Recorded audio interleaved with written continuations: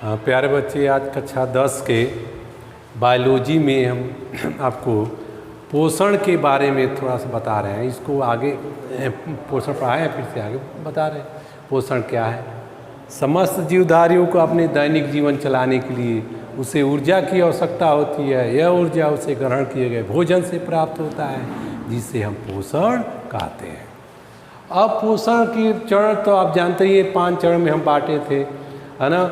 भोजन का अंतर्ग्रहण, इंजेशन जिसको हम कहते, भोजन का पाचन, डाइजेशन जो होता है, पचे हुए भोजन का अवशोषण, उसके बाद से अवशोषित भोजन का स्वांगीकरण, एसिमिलेशन जो बताए थे, उसके बाद से अपचय भोजन का बहिक्षेपण, ईजेशन, मैंने उसको आउट कर देना है। ये जो है 5 हम बताए थे। अब हम आपको बताएंगे भोजन। भोजन कितने प्रकार की होता है, भोजन, फूड। ये भोजन जो आप जान जाइए, भोजन को 2 भागों में बांटा गया है। एक कार्बनिक भोजन, एक अकार्बनिक भोजन। ये कार्बनिक भोजन है, कार्बनिक जिसको ऑर्गेनिक सब्सटेंस भी कह सकते हैं। कार्बनिक भोजन और अकार्बनिक भोजन, यहाँ हो गया अकार्बनिक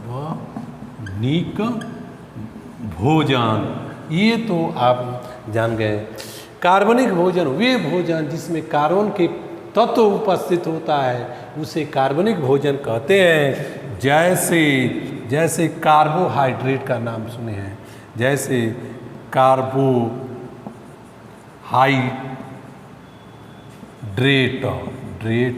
कार्बोहाइड्रेट, उसके बाद से मंड आप पढ़े होंगे, उसके बाद से आप प्रोटीन का नाम सुने हैं, उसके बाद से वसा। ये 4 भोजन जो है कार्बनिक भोजन कहलाता है। इसमें भी कार्बन, सब में, चारों में कार्बन परमाणु है। देखिए कैसे कार्बन, हाइड्रोजन, ऑक्सीजन, ये 3 चीज़ मिलकर कार्बोहाइड्रेट का निर्माण किया है। कार्बन, हाइड्रोजन, ऑक्सीजन मिलकर, ये तीनों मिलकर कार्बोहाइड्रेट का निर्माण किया है। लेकिन इसमें तीनों का संख्या अलग अलग है। 1 संबंधे 2 संबंधे 1, अर्थात CH2 का होलयान, यानी यह कार्बन, हाइड्रोजन, ऑक्सीजन, हाइड्रोजन इसमें 2 भाग है। CH2 का होल यान के मतलब इनकी संख्या इन्फिनिटी है। उसी प्रकार ये मंड है, कार्बन, हाइड्रोजन, ऑक्सीजन, ये तीनों से बना होता है। कार्बन, हाइड्रोजन, ऑक्सीजन से 1 संबंध है। इसमें देखिए 1 संबंध है, उसके बाद से 1 संबंध है, यानी कार्बन ये तीनों एक बराबर भागों में है। CHO का होल यान, ये इसको। उसके बाद से प्रोटीन देख लीजिए। प्रोटीन जो होता है carbon, hydrogen, oxygen, nitrogen, sulphur. देख लीजिए 5 तत्व। प्रोटीन 5 तत्वों से मिलकर बना होता है। Carbon, hydrogen, oxygen, nitrogen, sulphur, ये 5 तत्वों से मिलकर बना होता है। कोई पूछे कि हमारे शरीर में नाइट्रोजन किस रूप में पहुंचता है, तो आप कहिए कि हम लोग जो प्रोटीन खाते हैं, उस प्रोटीन के रूप में नाइट्रोजन हमारे शरीर में पहुंचता है। और हमारे शरीर में 14% जो है नाइट्रोजन पाया जाता है। तो यह 1 संबंध है, जो है 1 संबंध है, 14 भाग होता है, या 16 होता है ना। इतना जो है प्रोटीन होता है आपके। इसको CHON, यस, यह 14 हो गया, यह 16 हो गया का होल यन। इतना जो है प्रोटीन इसलिए हमको प्रोटीन बहुत ही हम लोग की आवश्यकता है ना। और ये वसा आ गया। वसा के जो है कार्बन, हाइड्रोजन, ऑक्सीजन, 1 संबंध है, ये 0 जो है वसा में ऑक्सीजन नहीं के बराबर होता बच्चे, ये ध्यान दीजिएगा, है ना। तो इसको भी CHO का होल यान इस तरह देख लीजिए। ये चारों में जो है कार्बन है, चारों में है कार्बन, है कि नहीं, तो इसे कार्बनिक भोजन कह दिए। आइए हम अधिक मात्रा में ग्रहण करते हैं, हमारे शरीर के लिए अति आवश्यक है ना। और तो अब हम पढ़ेंगे अकार्बनिक भोजन। अकार्बनिक भोजन उसे कहते हैं जिसमें कार्बन के तत्व नहीं पाया जाता है, उसे अकार्बनिक भोजन कहते हैं। जैसे खनिज लवण, खनिज लवण, खनिज लवण हो गया। उसके बाद से यह विटामिन हो गया, विटामिन, ये जो है अकार्बनिक भोजन हो गया। पानी भी इसमें लिख सकते हैं, है ना, विटामिन। तो ये जो आपका ये अकार्बनिक भोजन के रूप में आ गया। अब आपको हम आज विटामिन से परिचय कराएंगे, विटामिन है क्या और विटामिन के बारे में थोड़ा सा आप जान जाइए। विटामिन को हमने अकार्बनिक भोजन के में विटामिन को जो हम लिखे हैं उस भोजन में विटामिन का जिक्र करेंगे। विटामिन, देखो बच्चे, 1880 में एन.आई. लूनी नामक वैज्ञानिक ने विटामिन की खोज किया था। 1880 में एन.आई. लूनीन ने विटामिन की खोज किया था। विटामिन की खोज होने के बाद से 1912 में फंक नामक वैज्ञानिक ने विटामिन शब्द का प्रयोग किया था।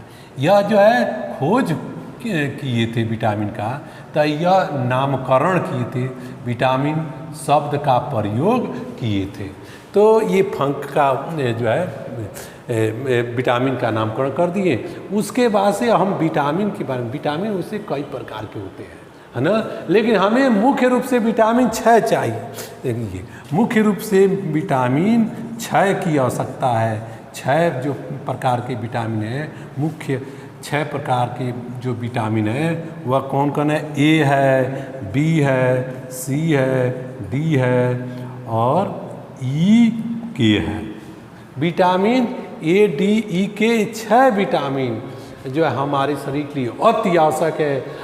ये 6 विटामिन हम लोग प्रत्येक दिन भोजन के रूप में भोजन में हम ग्रहण करते हैं। अगर ये 6 विटामिन में कोई भी विटामिन हमें कमी हो गया तो हमें अपूर्णता नामक रोग हो जाएगा। कौन सा रोग हो जाएगा? अपूर्णता नामक रोग हो जाता है, डेफिशिएंस डिजीज नामक रोग हो जाता है। इसलिए हम अपने भोजन में 6 को प्रत्येक दिन ग्रहण करते हैं। आप लोग सुनिए, एक बार कक्षा 10 में पेपर में आया था कि वास्को डी गामा जब भारत की खोज में निकला था तो अपने 100 साथियों के साथ समुद्री यात्रा से आ रहा था, तो उनके काफ़ी जो है साथी रोग से ग्रसित हो गए थे और कुछ जो है उसमें डेड भी कर गए थे। तो यहाँ पहुँचे तो इनके कारण का लोग जाने कि वास्को डी गामा जो चला था तो उनके भोजन में जो भोजन लिए थे उसमें विटामिन सी की कमी था और विटामिन सी की कमी के कारण उनको रोग हो गया था और जिनकी प्रतिरोधक क्षमता कम था वो जो है वो डेड कर गए थे। तो बच्चे जो है इसलिए सभी विटामिन हमको प्रत्येक दिन लेना अति आवश्यक होता है ना। अब एक एक करके हम विटामिन को हम आपको बताएंगे। ये जो है विटामिन, इस 6 विटामिन को पहले हम जो है 2 भागों में बांट दिए। पहला है वसा में घुलनशील विटामिन, वसा में घुलनशील विटामिन,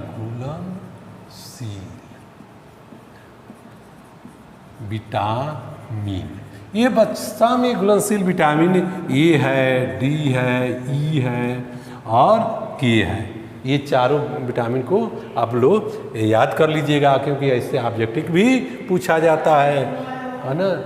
उसके बाद से जल में घुलनशील विटामिन, जल में घुलनशील विटामिन कौन है? ये है, सॉरी, बी व सी है, बी व सी। ये 2 विटामिन जो है जल में घुलनशील होता है। ये 2 विटामिन क्या होता है? जल में घुलनशील। वसा में घुलनशील विटामिन ए, डी, ई, के और जल में घुलनशील विटामिन बी व सी है। अब एक एक करके हम ये जो है विटामिन का वर्णन करेंगे और इनकी स्रोत, कार्य, कमियां सब हम जानेंगे। पहला विटामिन हम जो है बताने जा रहे हैं विटामिन ए विटामिन, पहला विटामिन ए। पर विटामिन ए का रासायनिक नाम है रेटिना, है ना। तो अब ये रेटिनाल हो गया, तो अब इसका हम जो है पहले स्रोत देखेंगे। स्रोत विटामिन ए क्या क्या हम खाते हैं कि उसमें हमको मिलता है। गाजर में, हरे साग सब्जी में, अंडे में, मछली में, है ना, मक्खन में, दूध में, ये हर जो है विटामिन ए मिलता है। और इसको हमको खाने से हमारी विटामिन ए की कमी को पूरा हो जाता है ना। तो अब ये विटामिन का कार्य देख लीजिए। ये विटामिन ए हमारे शरीर में जाता है तो करता है क्या, तो हमारे शरीर में विटामिन ए जाता है तो आँखों की एपिथेलियम कोशिकाओं का निर्माण करता है। आँखों की एपिथेलियम कोशिकाओं का निर्माण करता है और उस कोशिकाओं में मैट्रिक्स को सुचारू रूप से बनाए रखता है ना। यही इसकी मुख्य काम है और हमारे शरीर में यही काम ही करता है। इसके अलावा अब कमियां देखिए। ये विटामिन जो है कमियां में विटामिन ए की कमी से क्या होता है, विटामिन ए अगर हमारे शरीर में कम हो जाए तो रतौंधी नामक रोग हो जाता है। क्या होता है, रतौंधी,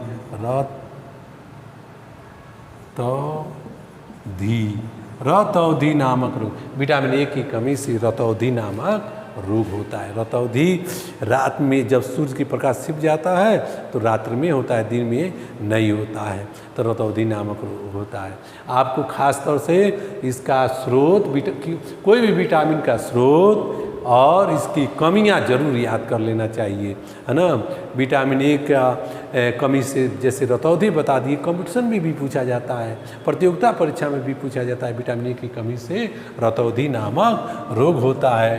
अब हम विटामिन डी के बारे में आपको बता रहे हैं। विटामिन डी, विटामिन डी क्या है? विटामिन डी का रासायनिक नाम है कैल्सीफिराल। विटामिन डी का रासायनिक नाम कैल्सीफिराल होता है। ये पाए किस में जाता है विटामिन डी?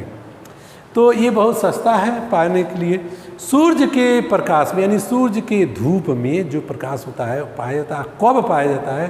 तो 8 बजे की पहले वाले धूप में। उसमें तापमान जो है कम होता है, उस समय सूर्य के प्रकाश की जो किरणें होती है उसमें से हमारी त्वचा में जो ये रंगा पदार्थ मेलेनिन है जो सूर्य की किरणों को अवशोषित करता है, इसमें रेनिन नामक हार्मोन का निर्माण होता है। और वह विटामिन, सूर्य के प्रकाश में जो विटामिन डी होता है उसको अवशोषित करके वह कैल्सीफिराल में बदल देता है। और कैल्सीफिराल में बदल जाता है तो वह सूर्य रुधिर के माध्यम से कहाँ यकृत के पास जाता है। यकृत उसे कैल्शियम और फास्फेट में बदल देता है। और बदलने के बाद से कोशिकाएं उसे अवशोषित कर लेता है और उसके बाद से कार्य काम है विटामिन डी का कार्य। यही कैल्शियम और फास्फेट हमारे शरीर में जाता है तो हड्डियों का निर्माण करता है, दांतों का निर्माण करता है, इनकी मरम्मत करता है और इनको सुचारू रूप से बनाए रखता है। कमियां क्या है? सूर्य विटामिन डी की कमी अगर हमारे शरीर में हो गया तो हड्डियां टेढ़ी मेढ़ी हो जाती है, भंगूर हो जाती है, जल्दी से टूट भी जाता है ना।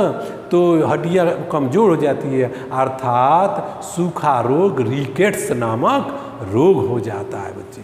तो इसकी कमी से कौन सा रोग होता है? तो इसकी कमी से सूखा रोग, रिकेट्स नामक रोग होता है। तो आप ध्यान दीजिएगा बच्चे, कमियां और स्रोत आपको जानना बहुत ज़रूरी है। मेरे प्यारे बच्चे, आज इतना ही, शेष कल पढ़ाएंगे। धन्यवाद।